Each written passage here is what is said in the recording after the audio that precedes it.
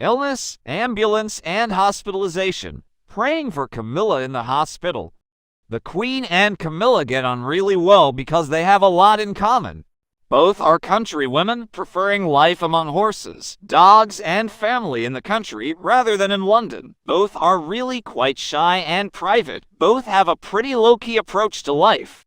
Over the past 25 years, the Queen has increasingly come to admire and respect Camilla for the brave and understated way she has fitted into the royal family's life and for the life and support she gives her husband Charles, who has been transformed by his second marriage. Camilla is not the mother of any royal children, so she will not hold the title of Queen Mother. There is no longer a need to distinguish between two Queen Elizabeths, and it will be many years, if ever, before a monarch and their mother will have the same name.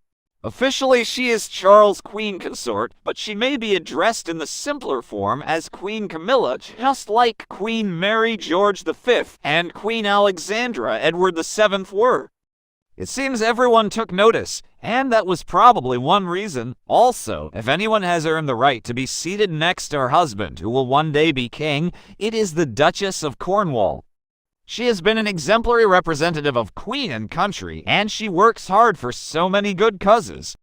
It's time we moved on from what is now old history. Yes, she was wrong. Yes, Prince Charles was wrong. And, yes, even the late Princess Diana was wrong.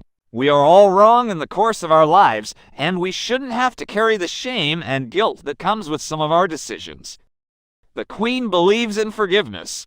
As head of the Church, she is putting into practice one of the most important of Christ's teachings. She is leading the way as she often does. Camilla is the wife of a king, and women in that position are always titled Queen. There was some discussion early on in the marriage, indicating that she would use the title Princess Consort when Charles became king, out of respect for public sentiment. She had already decided that she would be known as the Duchess of Cornwall rather than the Princess of Wales for the same reason. But she and Charles have now been married longer than he was married to Diana. Camilla has been an excellent support and helper to Charles, and she undertook her royal duties with enthusiasm. Queen Elizabeth herself stated in a speech shortly before her death that she hoped Camilla would take her proper title when Charles came to the throne. The first announcements from Balmoral after the death of Her Majesty made reference to King Charles and Queen Camilla. So it's already done. Charles didn't have to do or say anything, he just had to not deviate from royal custom and tradition.